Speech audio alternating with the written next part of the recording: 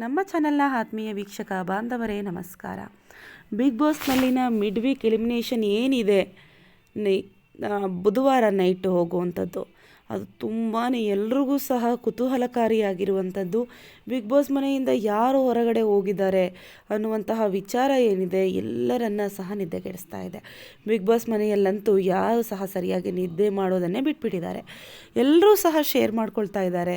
Big boss ಮನೆಯಲ್ಲಿ ನಾವು ಎಷ್ಟು ದಿನ ಇರ್ತೀವಿ, ಎಲ್ಲಿವರೆಗೂ ಇರ್ತೀವಿ ಅಂತ ಹೇಳಿ ನಮ್ಗೆ ಗೊತ್ತಿಲ್ಲ. ತುಂಬಾ ಒಂದು ತರಹದ ಕುತ್ತಲ್ಲಿ ಕೂರೋಕ್ಕಾಗ್ತಾ ಇಲ್ಲ, ನಿಂತಲ್ಲಿ ನಿಲ್ಲೋಕ್ಕಾಗ್ತಾ ಇಲ್ಲ, ಆ ರೀತಿ ಆಗಿಬಿಟ್ಟಿದೆ ಅಂತ ಹೇಳಿ ಎಲ್ಲ ಅಭಿಮಾನಿಗಳು ಸಹ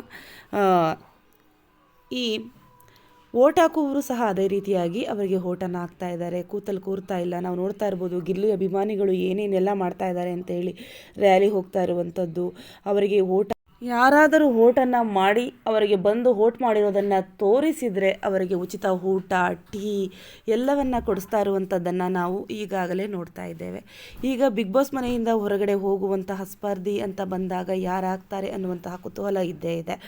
ಧನುಷ್ ಅವರು ನೀನೇ ಹೋಗುವಂಥದ್ದು, ನೀನು ಎಲ್ಲ ಬಟ್ಟೆಗಳನ್ನು ಪ್ಯಾಕ್ ಮಾಡ್ಕೊ, ನೀನೇ ಹೋಗ್ತೀಯಾ ಅಂತಲೂ ಕೂಡ ಹೇಳ್ತಾ ಇರುವಂತಹ ದೃಶ್ಯವನ್ನು ನಾವು ಆಲ್ರೆಡಿ ನೋಡಿದ್ದೀವಿ ಕೂಡ. ಹೌದು, ಆಗ ಕಾವ್ಯ ಸರಿ ಬಿಡು ಆಯಿತು ಹೋಗ್ತೀನಿ, ನಾನು ಹೋಗಬೇಕಾದ್ರೆ ಏನು ನನಗೆ ಬೇಸರ ಇಲ್ಲ ಅನ್ನುವಂಥ ಮಾತನ್ನೇ ಹೇಳ್ತಾರೆ. ಮತ್ತು ನಾನು ಯಾವಾಗಲೂ ಸಹ ರೆಡಿಯಾಗೇ ಇರ್ತೀನಿ, ಯಾವ ಸಂದರ್ಭದಲ್ಲೂ ಸಹ ಬಿಗ್ ಬಾಸ್ ನನ್ನನ್ನು ಕಳಿಸಿದರೆ ನಾನು ರೆಡಿಯಾಗಿರುವಾಗ ಹೋಗಬೇಕು ಅಂತಲೂ ಕೂಡ ಧನುಷ್ ಅವರ ಜೊತೆ ಅವರು ಶೇರ್ ಮಾಡಿಕೊಂಡ್ರು.